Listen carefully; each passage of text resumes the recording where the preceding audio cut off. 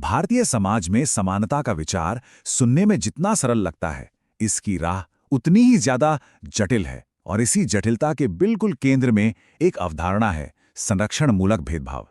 ये एक ऐसा विचार है जो न्याय और योग्यता की हमारी पारंपरिक समझ को सीधी चुनौती देता है। चलिए, आज इस जटिल विषय की परतों को खोलते हैं। इस पूरी चर्चा में आगे बढ़ने से पहले एक बुनियादी सवाल पर सोचना होगा, समानता का असली मतलब है क्या? क्या इसका अर्थ बस इतना है कि दौड़ की शुरुआत में सभी को एक ही लाइन पर खड़ा कर दिया जाए, भले ही किसी के पैरों में सदियों पुरानी बेड़ियां क्यों ना हो? या फिर समानता का मतलब यह है कि जो पीछे रह गए हैं उन्हें थोड़ा आगे से शुरू करने का मौका दिया जाए ताकि दौड़ का अंत न्यायसंगत हो सके? सच कहूं तो यही वो दार्शनिक प्रश्न है जो इस पूरी बहस की नींव में है। तो चलिए सबसे पहले ये समझते हैं कि ये अवधारणा यानी संरक्षण मूलक भेदभाव आखिर है क्या। ये शब्द सुनने में ही एक विरोधाभास लगता है ना? भेदभाव भी और संरक्षण मूलक भी, पर इसका एक बहुत गहरा और स्पष्ट उद्देश्य है। तो सरल भाषा में समझें तो संरक्षण मूलक भेदभाव एक ऐसी सरकारी नीति है जो ये मानकर चलती है कि हम इतिहास में हुए अन्यायों को यूं ही अनदेखा नहीं कर सकते। इसके तहत जिन समुदायों ने सदियों तक सामाजिक बहिष्कार और वंचना झेली है, उन्हें शिक्षा, नौकरियों और राजनीति में कुछ विशेष अधिकार या आरक्षण दिए जाते हैं। देखिए, इसका लक्ष्य सिर्फ कागज पर बराबरी दिखाना नहीं, बल्कि समाज में वास्तविक जमीनी बराबरी लाना है। इससे एक तरह की सकारात्मक कार्रवाई या अफर्मेटिव एक्शन भी कहा जा सकता है। और हाँ, ये नीति कोई हवाई विचार नहीं है। इसकी जड़ें हमारे संविधान में बहुत गहरी हैं। संविधान बनाने वाले ये बखूबी जानते थे कि सिर्फ सब बराबर हैं लिख देने से समाज बराबर नहीं हो जाएगा। इसीलिए उन्होंने अनुच्छेद 15 और 16 में जो समानता के अधिकार की गारंटी देते हैं, कुछ विशेष प्रावधान भी जोड़े। ये प्रावधान सरकार को ये शक्ति देते हैं कि वो सामाजिक और शैक्षिक रूप से पिछड़े वर्गों के उत्थान के लिए आरक्षण जैसे विशेष कदम उठा सकें। तो अब जब हम इसकी परिभाषा और संवैधानिक आधार को समझ चुके हैं, तो चलिए इसके दोनों पहलुओं पर गौर करते हैं। सबसे पहले उन तर्कों को देखते हैं जो इस नीति का पुरजोर समर्थन करते हैं। देखिए, इस नीति के पक्ष में जो सबसे बड़ा तर्क है वो है ऐतिहासिक न्याय का।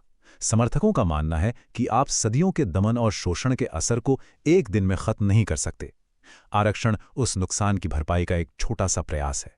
ये महज औपचारिक नहीं, बल्कि प्रभावी समानता लाने की कोशिश है। जब प्रशासन, पुलिस और राजनीति में हर समुदाय का चेहरा दिखता है, तभी लोकतंत्र असल में मजबूत होता है। और सबसे बड़ी बात, ये वंचित समाज के युवाओं को एक उम्मीद, एक प्रेरणा देता है, जो उनके आत्मसम्मान और विकास के लिए बेहद जरूरी है। लेकिन जैसा कि हर बड़े सामाजिक प्रयोग के साथ होता है, सिक्के का एक दूसरा पहलू भी है। अब हम उन तर्कों पर ध्यान देंगे जो इस नीति की आलोचना करते हैं या इसके लागू करने के तरीके पर गंभीर सवाल उठाते हैं। इस नीति की जो सबसे तीखी आलोचना होती है वो है योग्यता यानी मेरिट के मुद्दे पर। आलोचकों का तर्क है कि जब चयन का आधार योग्यता से हटकर कुछ और हो जाता है, तो इससे संस्थानों की गुणवत्ता पर असर पड़ता है। इससे समाज में एक तरह की नाराजगी और विभाजन भी पैदा होता है, क्योंकि कई योग्य व्यक्ति अवसरों से वंचित महसूस करते हैं। एक और बड़ा डर इसके राजनीतिकरण का है, जहां ये नीति सामाजिक न्याय का साधन न रहकर वोट बैंक का एक हथियार बन जाती है। कुछ लोग तो इसे विपरीत भेदभाव भी कहते हैं, यानी एक पुराने अन्याय को ठीक करने के लिए एक नए तरह के अन्याय को जन्म देना। तो कुल मिलाकर ये पूरी बहस इन दो बुनियादी विचारों के टकराव पर आके टिक जाती है। एक तरफ है प्रभावी समानता का सिद्धांत, जो कहता है कि सच्ची बराबरी लाने के लिए पिछड़ों को सहारा देना ही होगा, उनका हाथ थामना जरूरी है। और दूसरी तरफ है विपरीत भेदभाव का डर, जो ये तर्क देता है कि किसी भी एक समूह को विशेष अधिकार देना अपने आप में दूसरों के साथ असमानता और अन्याय है। न्याय और योग्यता के बीच का यही वो तनाव है जिसे सुलझाना हमारे समाज की सबसे बड़ी चुनौती है। लेकिन इस सैद्धांतिक बहस से इतर एक बहुत बड़ी व्यावहारिक चुनौती भी है, और वो है क्रीमी लेयर की समस्या। एक बड़ा सवाल ये उठता है कि क्या इस नीति का लाभ वाकई उन लोगों तक पहुंच रहा है जिन्हें इसकी सबसे ज्यादा जरूरत है? अक्सर यह देखा गया है कि आरक्षण का ज्यादातर फायदा आरक्षित समुदायों के भीतर ही जो लोग संपन्न और सक्षम हैं वो उठा ले जाते हैं, जबकि उसी समुदाय के सबसे गरीब और जरूरतमंद लोग अक्सर पीछे ही छूट जाते हैं। ये स्थिति इस नीति के मूल उद्देश्य पर ही एक गहरा प्रश्न चिन्ह लगा देती है। तो इन सभी तर्कों और जवाबी तर्कों के बाद हम किस नतीजे पर पहुंचते हैं? सच तो ये है कि संरक्षण मूलक भेदभाव कोई गणित का सवाल नहीं है जिसका एक सही जवाब हो।